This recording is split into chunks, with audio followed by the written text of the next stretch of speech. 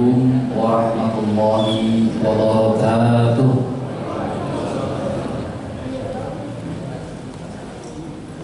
Alhamdulillahirabbil alamin wa bihi nasta'inu ala umuri dunya waddin. Asyhadu an la ilaha illallah wahdahu la syarikalah wa asyhadu anna Muhammadan abduhu wa rasuluhu alladzi la nabiyya ba'dah. Allahumma shalli wa sallim wa barik ala sayyidina Muhammad wa ala alihi wa ashabihi ajma'in. Subhanaka la ilma lana illa ma 'allamtana innaka antal alimul hakim. Shadaqallahul azim. Bapak Ibu jemaah Masjid An-Nur yang dimuliakan Allah, apa kabar Bapak Ibu semua? Sehat Pak? Sehat semuanya ya? Alhamdulillah. Ibu-ibu sehat Bu? Alhamdulillah. Alhamdulillah, pada pagi yang berbahagia ini kita semuanya diberikan kesempatan oleh Allah Subhanahu wa taala untuk sholat subuh berjamaah dan sama-sama kita menimba ilmu. Insya Allah mudah-mudahan ilmu yang kita pelajari bersama ini akan membawa manfaat bagi kehidupan kita baik di dunia maupun di akhirat kelak. Amin ya rabbal alamin. Salawat bertahikan salam marilah kita aturkan kepada junjungan kita baginda Nabi besar Muhammad sallallahu alaihi wasallam.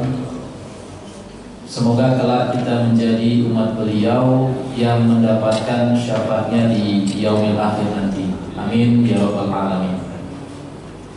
Bapak Ibu yang dimuliakan Allah, ini kali pertama setelah 5 tahun saya kembali kemudian bertemu dengan Bapak Ibu semuanya. Sudah kenal dengan saya Pak? Baru kali ini ya? Dulu sudah pernah, tapi karena pindah jadi gak kembali lagi ke sini. Bapak Ibu yang dimuliakan Allah, perkenalkan nama saya Ozi Setiadi. Siapa Pak? Ozi Setiadi. Nama ini adalah nama yang diberikan oleh orang tua saya tanpa kompromi dengan saya dulu. Ya Pak ya, Pak Haji. Jadi saya gak diajak bicara, dikasih nama Ozi Setiadi. Alhamdulillah. Gimana Pak Haji? Belum hadir. Direncanakan, alhamdulillah. Insya Allah nama itu adalah doa dan harapan bagi kami semuanya sekeluarga.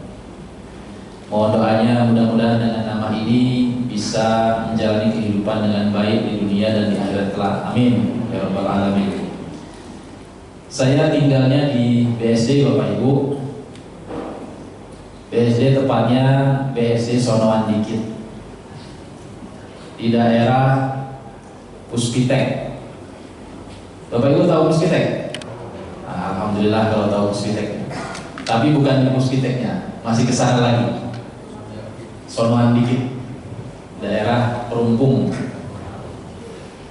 Alhamdulillah perjalanan lancar sampai ke Masjid An-Nur tadi sekitar pukul 3.30. Alhamdulillah bisa sampai dengan tepat waktu. Bapak Ibu yang dimuliakan Allah, kita sebagai umat muslim tentunya memiliki keinginan untuk bisa memahami Islam secara kafah atau secara totalitas. Karena memang perintah Allah Subhanahu wa taala kepada kita memahami Islam itu tidak boleh separuh-separuh, tidak boleh setengah-setengah, tetapi harus totalitas seluruhnya. Lalu bagaimana cara kita memahami Islam itu agar kita bisa tahu Islam secara total? setidaknya kalau kita mau mempelajari Islam dan memahami Islam, maka kita harus tahu apa itu visi misi Islam. Bapak Ibu kalau ditanya visi Islam apa? Tauhid. Itu ajaran Islam, Pak. Visi. Jadi kalau misalnya kita sebagai umat manusia tentu punya visi kehidupan. Lagi selain visi ada misinya. Islam itu punya misi apa enggak? Apa misinya? Menjaga perdamaian itu salah satu di antara banyak misi Islam.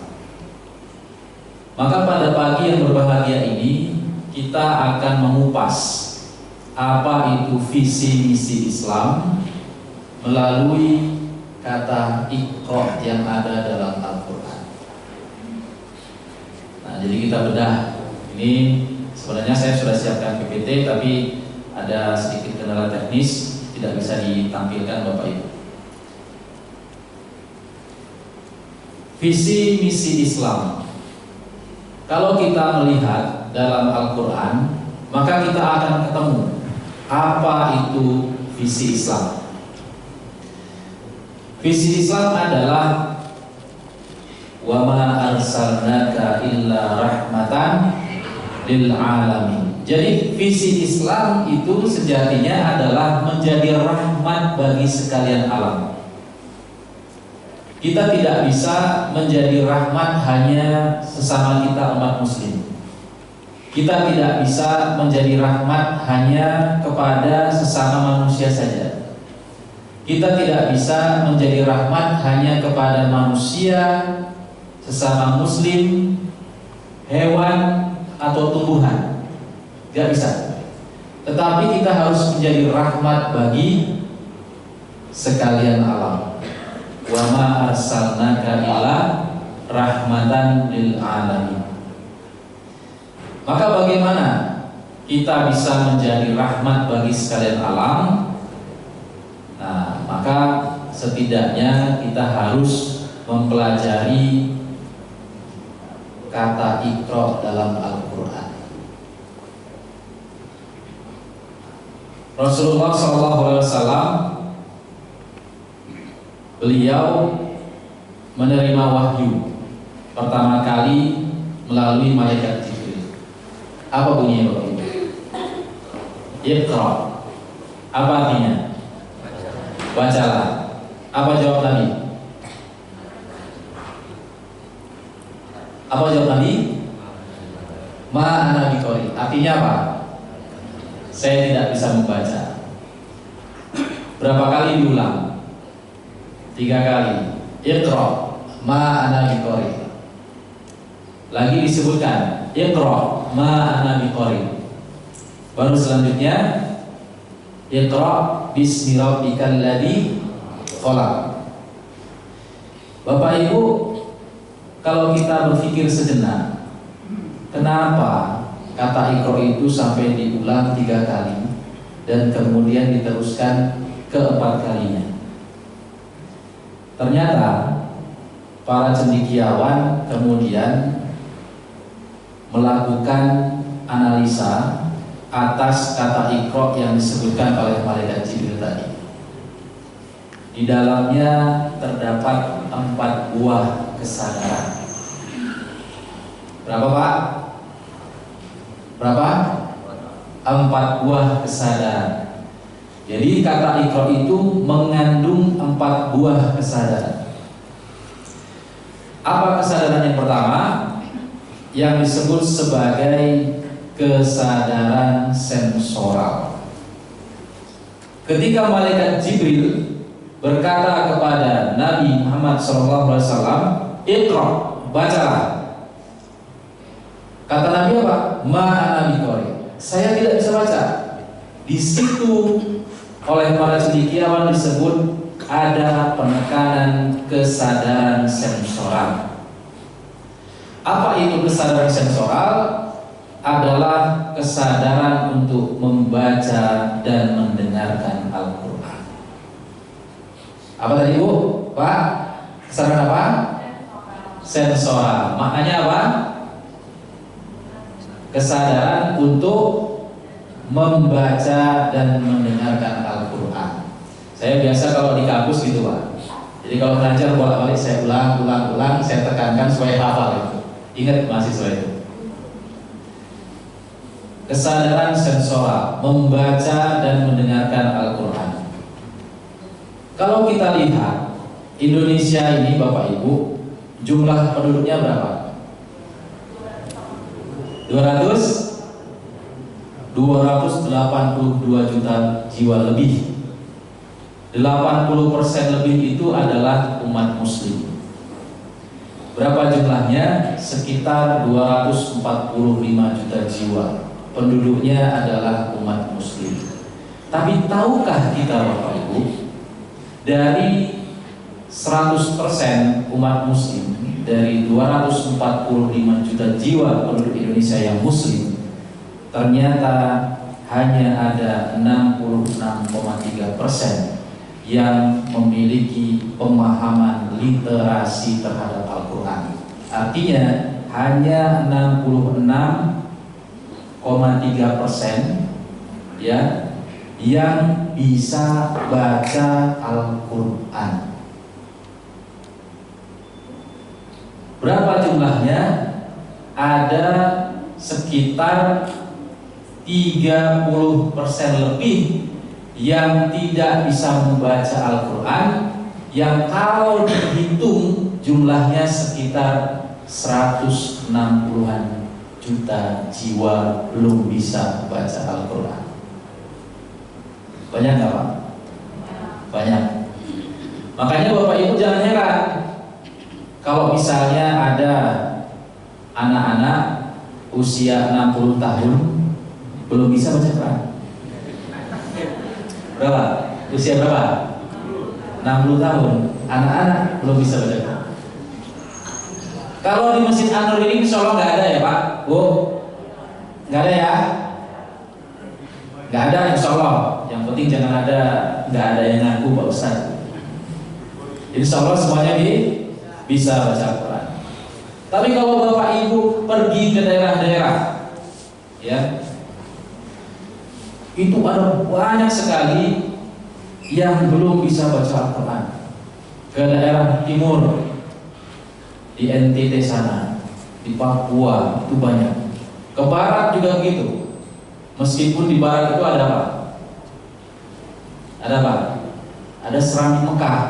Tapi bukan berarti ada Serambi Mekah di sekitarannya itu, provinsi-provinsi sebelumnya itu semuanya bisa baca Al-Quran. Ini adalah fakta yang sangat luar biasa Bapak Ibu. Makanya kita sebagai orang tua, sebagai umat muslim, hendaknya menanamkan kesadaran sensoral itu kepada anak-anak kita sejak dini. Agar apa? Agar setidaknya ia bisa membaca Al-Quran. Kalau nggak bisa baca Quran bagaimana Bapak Ibu? Bagaimana kira-kira? Kira-kira kalau kita nggak bisa baca Quran, apa yang terjadi? Kita kehilangan arah Bapak Ibu. Kenapa? Karena Al-Quran itu adalah dustur, pedoman, ya kan? Pedoman hidup. Bukan hanya kisi-kisi Pak, tapi pedoman. Kalau kisi-kisi kita mau ujian dikasih kisi-kisinya, semacam apa yang akan keluar waktu ujian nanti. Tapi ini adalah pedoman. Ya, Bapak Ibu, saya analogikan begini. Mungkin kita semuanya punya HP. Punya HP Bapak Ibu? Bapak Ibu kalau misalnya punya HP, nggak tahu cara pakainya, apa yang dilihat? Apa yang dilihat? YouTube, Google. Kalau nggak tahu cara pakainya, biasanya yang dilihat adalah manual book atau buku pedoman. Manusia, umat Islam punya buku pedoman tidak?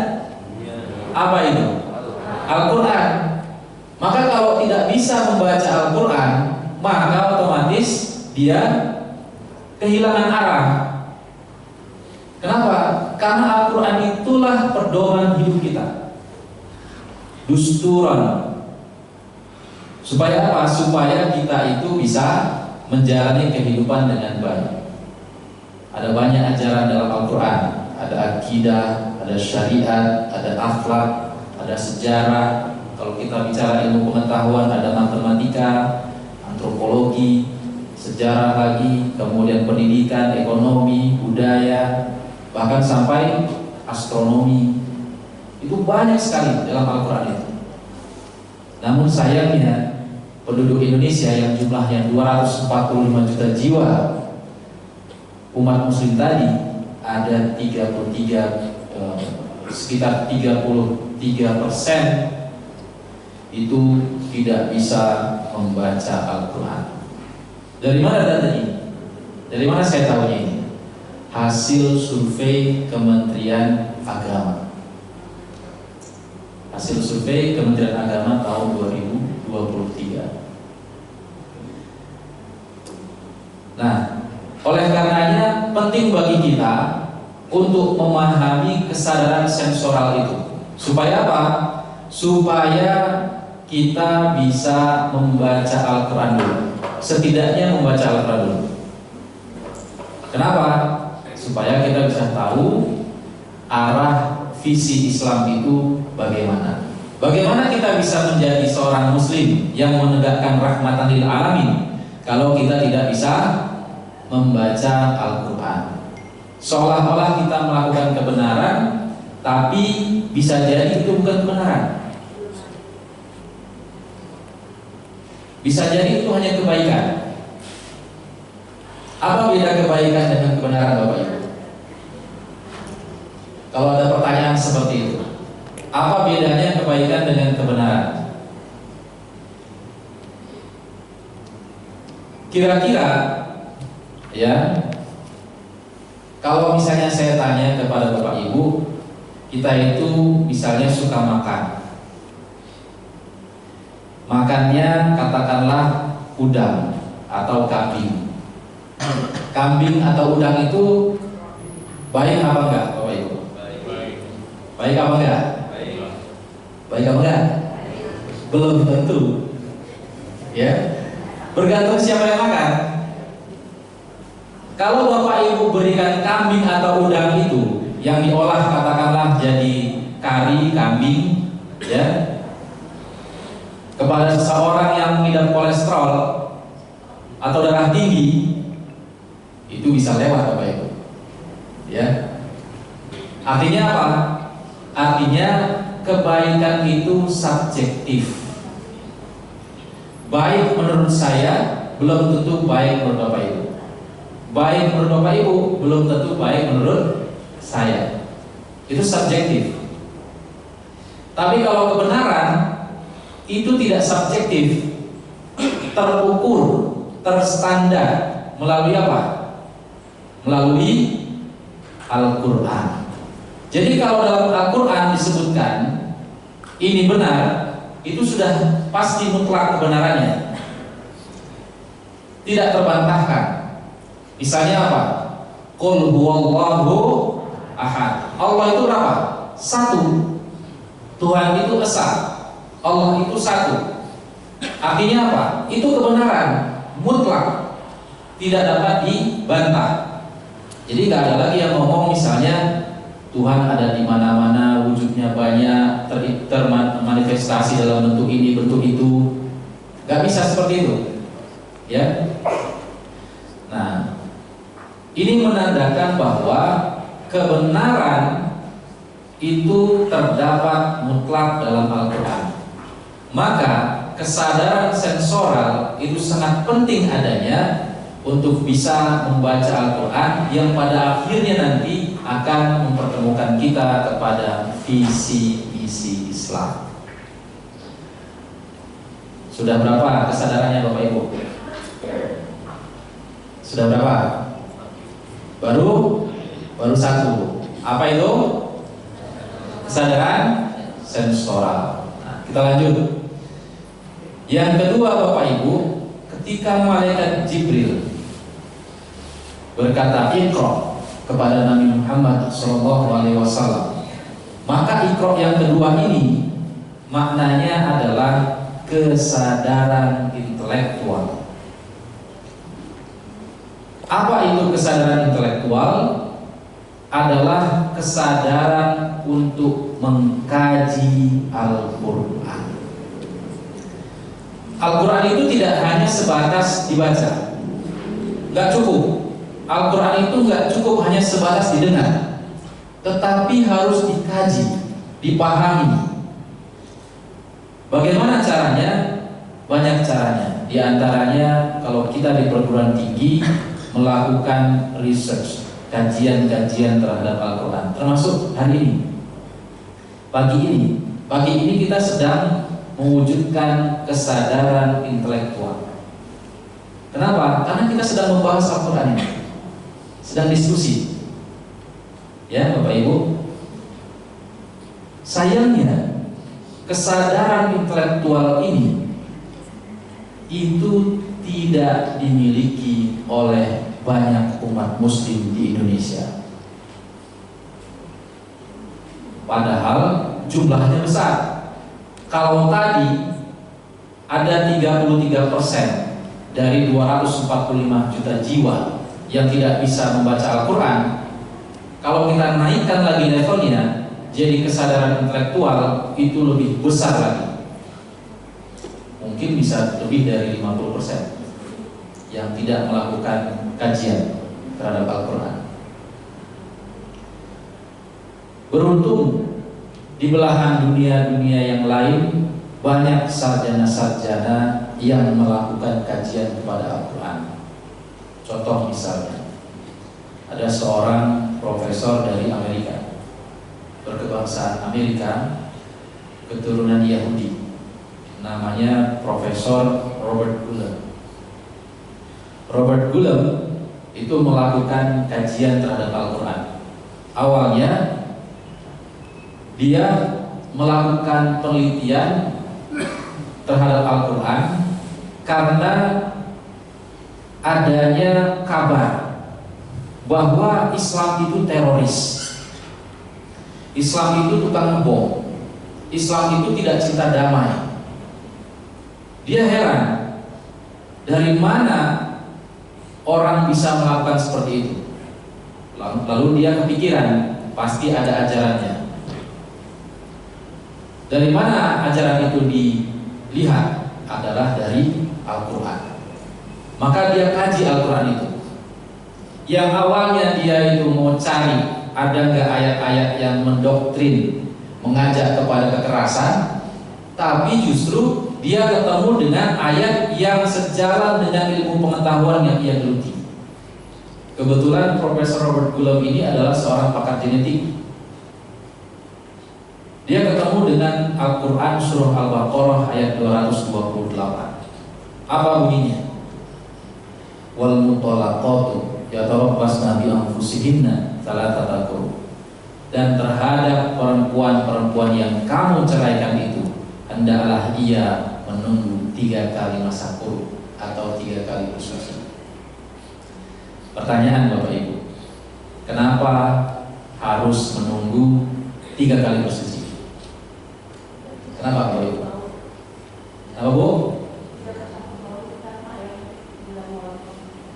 Tidak bercampur baur. Ya. Jadi Bapak Ibu, Profesor Robert Gullem ini melakukan kajian. Sebelum dia mengatakan kesimpulan itu, dia lakukan kajian terhadap 100 orang non-muslim Amerika perempuan kulit putih dan 100 orang muslimah Afrika kulit hitam. Apa yang terjadi?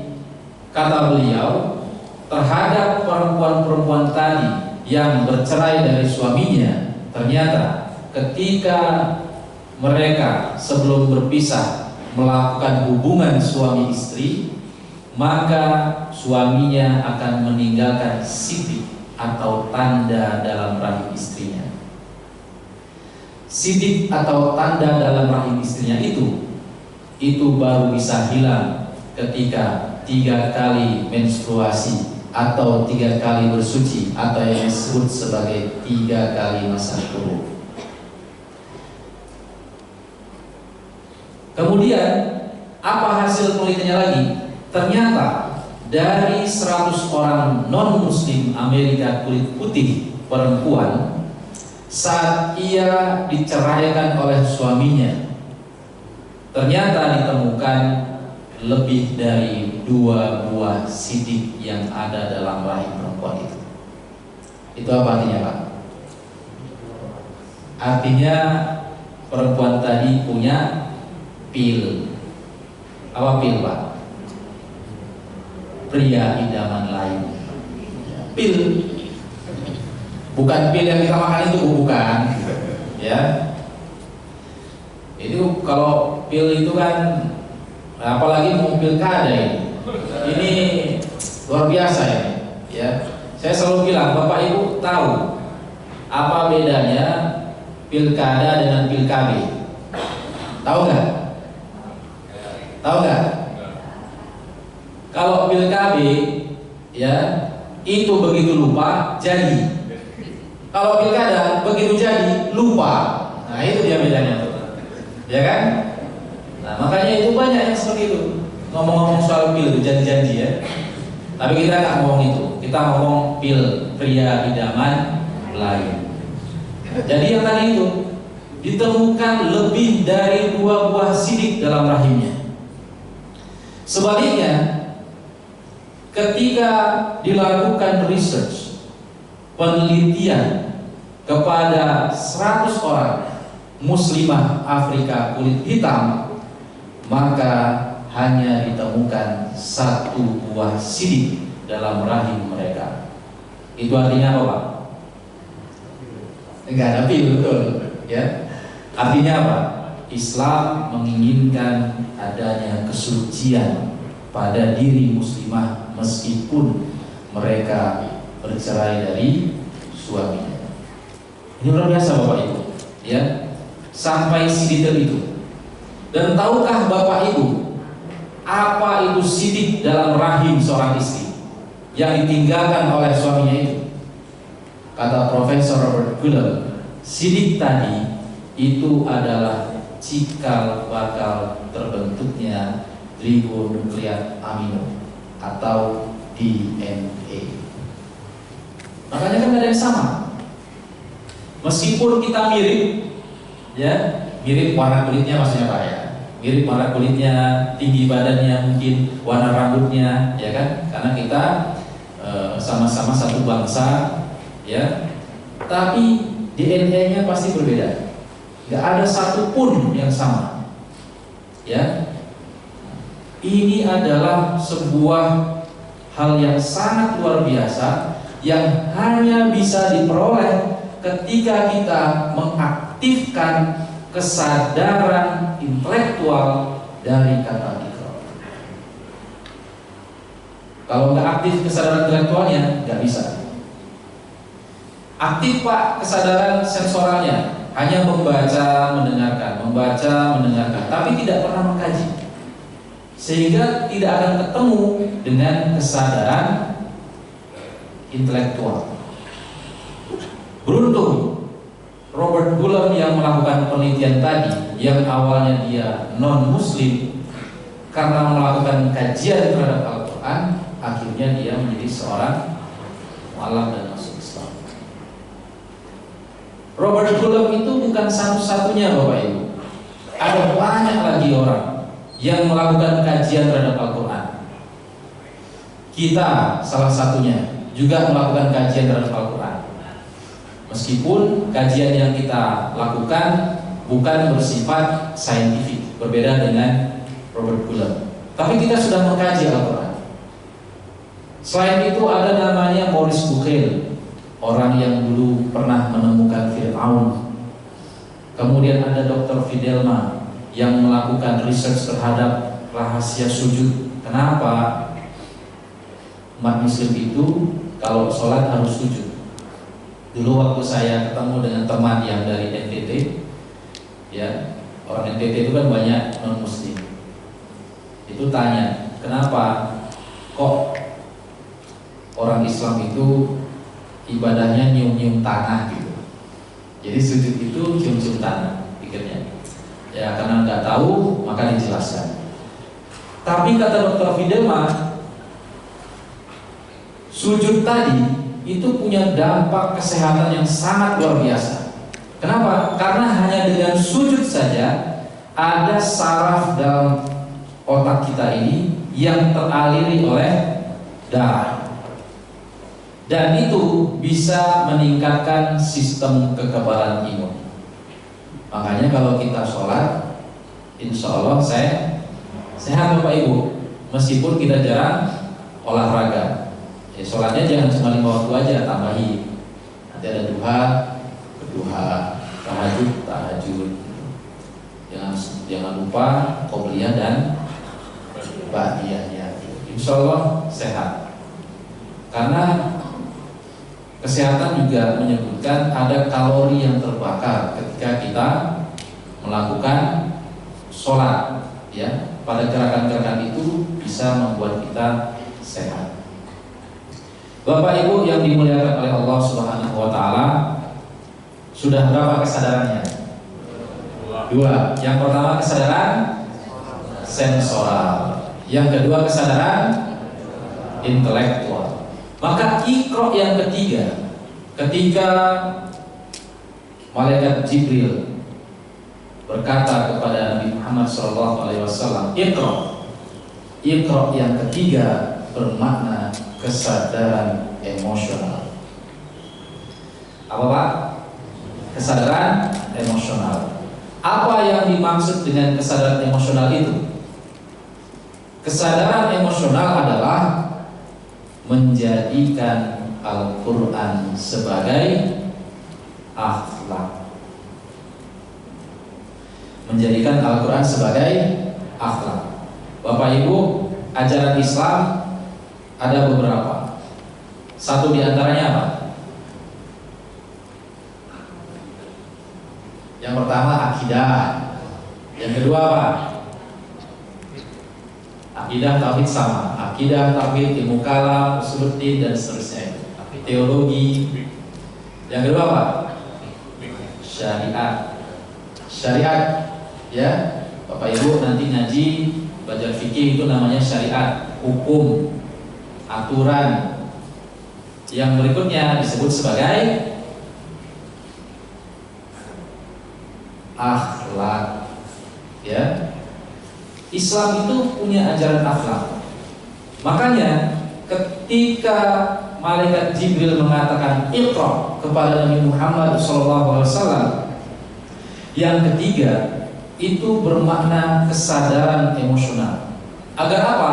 Agar kita memahami Al-Quran dan menjadikan Al-Quran itu sebagai akhlak. Kenapa?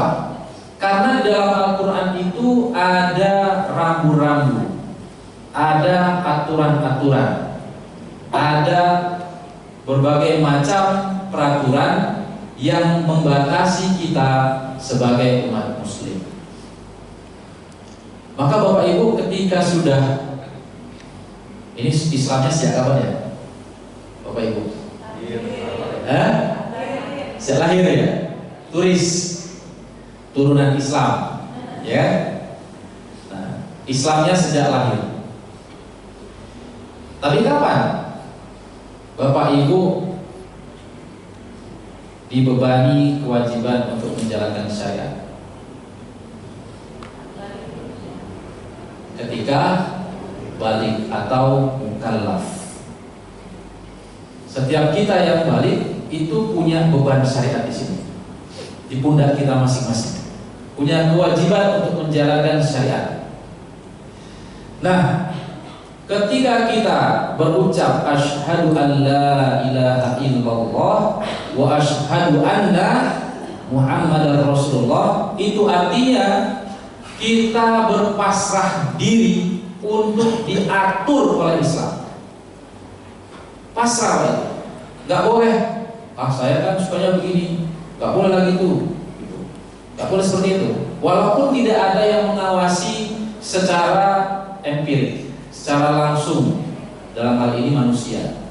Kalau Allah Subhanahu Wa Taala, malaikat mencatat dan melihat kita.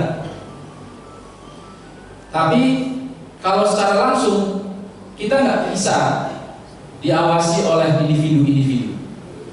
Ya, itulah yang kemudian bermakna ihsan. Ihsan itu apa? Kita beribadah seolah-olah melihat Allah. Kalau kita tidak bisa melihat Allah dan pasti tidak akan bisa, maka Allah Maha melihat kita. Itu artinya apa? Allah langsung yang memonitoring, yang melihat kita, yang memantau aktivitas kita.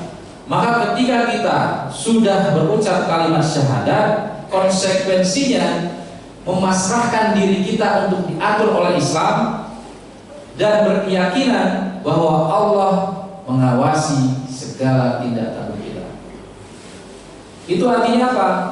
Artinya akhlak itu terbentuk secara tidak langsung melalui aktivitas yang terpantau dan terregulasi, teratur dalam ajaran Islam. Dari mana tahunya itu Bapak Ibu? Dari mana ya? Tahunya dari mana? Dari Al-Quran. Kenapa? Karena Al-Quran itu isinya adalah ajaran tentang akhlak. Tadi kan kita sudah bahas tentang akhlak, ya. Nah, dia menjadi kesadaran emosional, ya. Membaca Iqra itu memiliki kesadaran emosional ketika kita bisa memahami Al-Quran dan menjadikannya sebagai akhlak. Maka Aisyah radhiyallahu anha itu pernah ditanya oleh sahabat, "Wahai Aisyah, bagaimana akhlak Rasulullah?" Terus jawab Aisyah apa? Akhlak Rasulullah adalah Al-Quran. Nah, itulah bermakna kesadaran emosional. Sudah berapa Bapak Ibu? Sudah? 3. Yang pertama apa? Kesadaran sensoral. Yang kedua, kesadaran intelektual. Yang ketiga, kesadaran emosional. Yang keempat Bapak Ibu adalah kesadaran spiritual. Apa yang dimaksud dengan kesadaran spiritual? Nah, saya itu mau analogikan begini. Bapak Ibu tahu pohon? Tahu ya? Kalau lihat pohon apa yang lihat? Daunnya. Lagi apa? Batangnya, buahnya. Lagi apa? Bunganya. Apa tadi? Akarnya, ya. Kalau lihat matahari, apa yang dilihat? Sinarnya, cahayanya. Kalau lihat laut, apa yang dilihat? Airnya. Lagi apa? Ombak. Kalau lihat langit, apa yang dilihat? Awan. Langit biru, awan putih, ya kan? Lihat bintang, apa yang dilihat? Cahayanya. Kalau itu semuanya yang Bapak Ibu sebutkan, yang Bapak Ibu lihat tadi dan sebutkan, itu adalah hal yang sangat kasat mata. Artinya kita semuanya belum sampai kepada kesadaran spiritual. Kenapa? Karena kesadaran spiritual itu adalah melihat sesuatu bukan pada zahir fisiknya saja.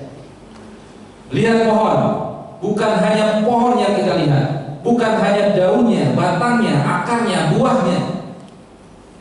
Bukan itu yang kita lihat sejatinya. Lihat ombak, bukan hanya airnya, desir anginnya, suaranya, bukan itu yang kita lihat.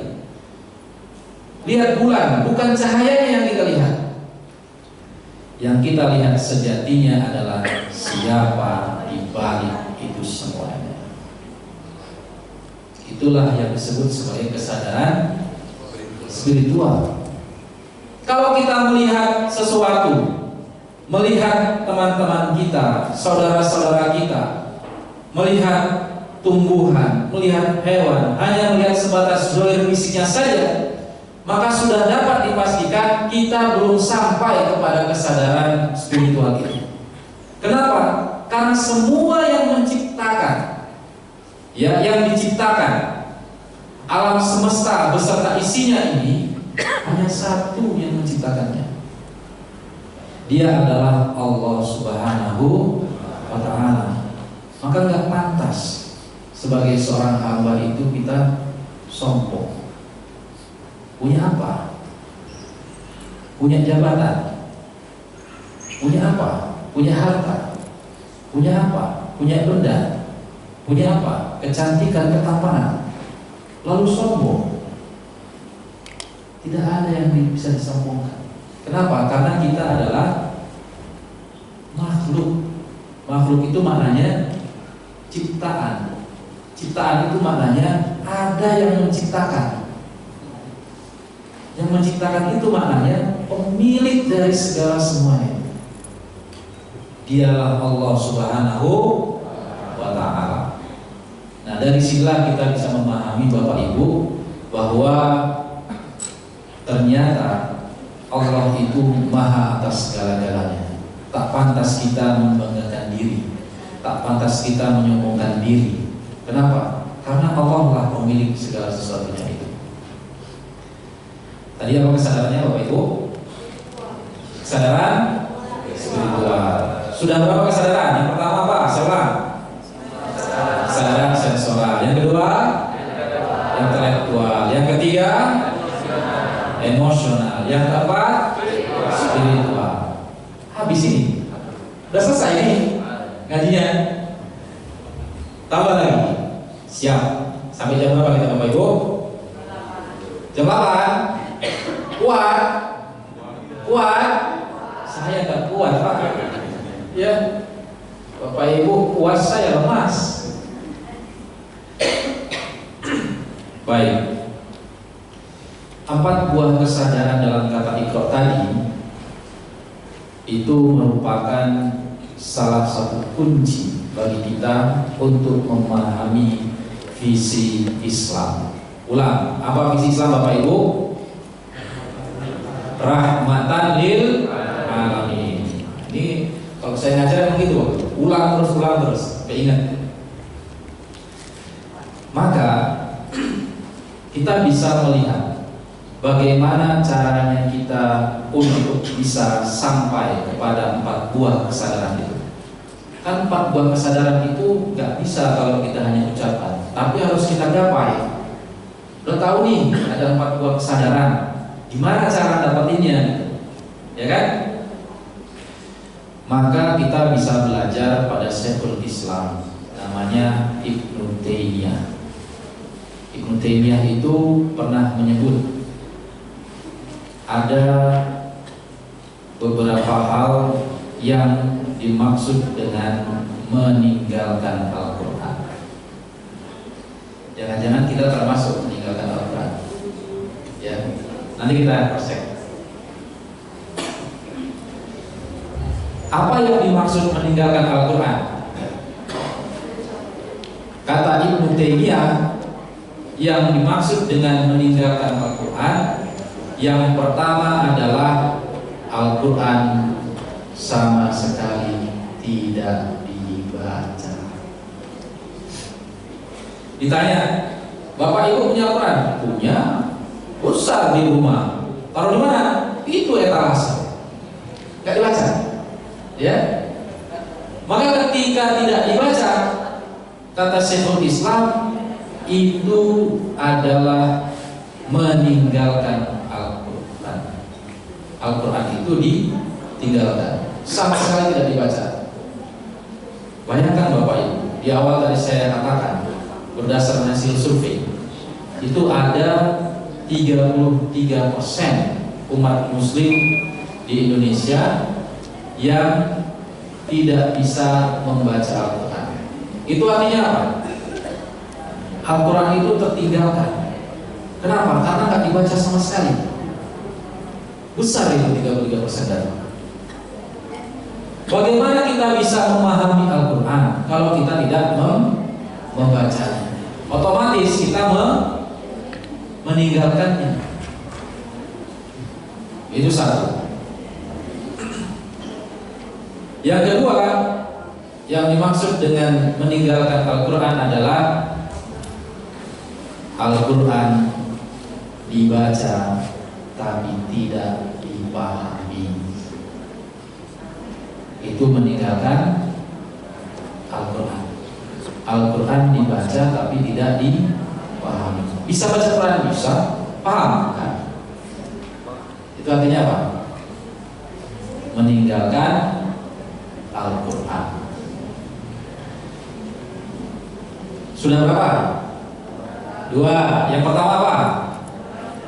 Al-Quran tidak dibaca. Yang kedua, Al-Quran dibaca tapi tidak dipahami. Yang ketiga, yang dimaksud dengan meninggalkan Al-Quran, Al-Quran dibaca, dipahami tapi tidak diamalkan. Itu juga meninggalkan Al-Quran. Ya. Kenapa? Karena Al-Quran itu sebagai akhlak. Maka dia tidak cukup hanya dibaca dan dipahami. Bapak Ibu tahu orientalis? Orientalis tahu? Orientalis itu adalah umat non-muslim yang belajar Islam tapi dipergunakan untuk mendiskreditkan Islam, menyudutkan Islam, menyerang Islam. Itu orientalis. Apakah dia tidak bisa baca Quran? Bisa. Orientalis bisa baca Quran, Pak. Ya. Apakah dia tidak paham Al-Quran? Paham. Orientalis itu paham Al-Quran. Bahkan mereka studi terhadap Al-Quran. Tapi dia tidak mengamalkan Al-Quran itu. Makanya kata Syekhul Islam, yang meninggalkan Al-Quran dibaca, dipahami, tapi tidak diamalkan. Itu bahagian dari meninggalkan Al-Quran. Yang terakhir, ini dari tambahan dari saya. Apa yang dimaksud dengan meninggalkan Al-Quran? Al-Quran dibaca, dipahami, diamalkan, tapi tidak diinternalisasi dalam dirinya. Itu bahagian daripada meninggalkan Al-Quran. Ada berapa meninggalkan Al-Quran? Pak, yang pertama Al-Quran tidak dibaca. Yang kedua Al-Quran dibaca, tidak dipahami. Al-Quran dibaca, dipahami, tidak diamalkan. Al-Quran dibaca, dipahami, diamalkan, tapi tidak diinternalisasi. Ada 4. Maka Bapak Ibu, kalau kita dekatkan, tadi ada berapa kesadaran dalam kata Iqra? Ada 4. Ada berapa meninggalkan Al-Quran tadi? Ada 4. Kita dekatkan, maka kita akan ketemu jawabannya, Bapak Ibu. Bagaimana kita bisa mencapai kesadaran sensoral? Maka jawabannya adalah kesadaran sensoral itu bisa didapatkan dengan membaca Al-Quran. 1. Bagaimana kita bisa mendapatkan kesadaran intelektual? Maka jawabannya adalah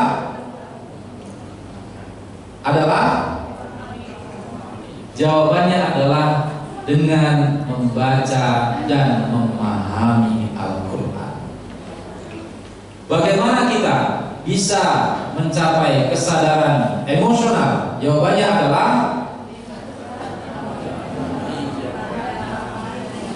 Nah, adalah dengan membaca, memahami, dan mengamalkan Al-Quran. Lalu bagaimana dengan kesadaran spiritual? Bagaimana caranya kita bisa mencapai itu? Adalah dengan membaca, memahami, mengamalkan, dan menginternalisasi Al-Quran. Maka dengan 4 hal itu kita akan sampai kepada kesadaran Iqra yang sesungguhnya yang disampaikan oleh malaikat Jibril. Jawabannya, pertanyaannya, apakah mudah dilakukan? Apakah mudah dilakukan itu Bapak Ibu? Mudah apa enggak? Jawabannya sulit. Mudah diucapkan, mudah dipelajari secara teori, tapi sulit diimplementasikan. Lalu bagaimana Ustaz? Apa yang harus dilakukan? Adalah dengan berikhtiar semampunya. Maka disitulah kita dituntut untuk bertakwa.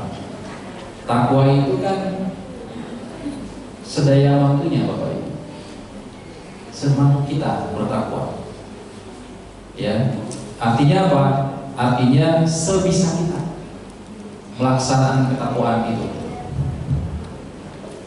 Kalau kita bisa melakukannya, menjalankan ketakwaan itu dengan baik, insya Allah tadi 4 buah kesadaran itu akan kita peroleh. Yang mana 4 buah kesadaran itu adalah faktor yang mendukung apa? Mendukung kita untuk memahami visi misi Islam.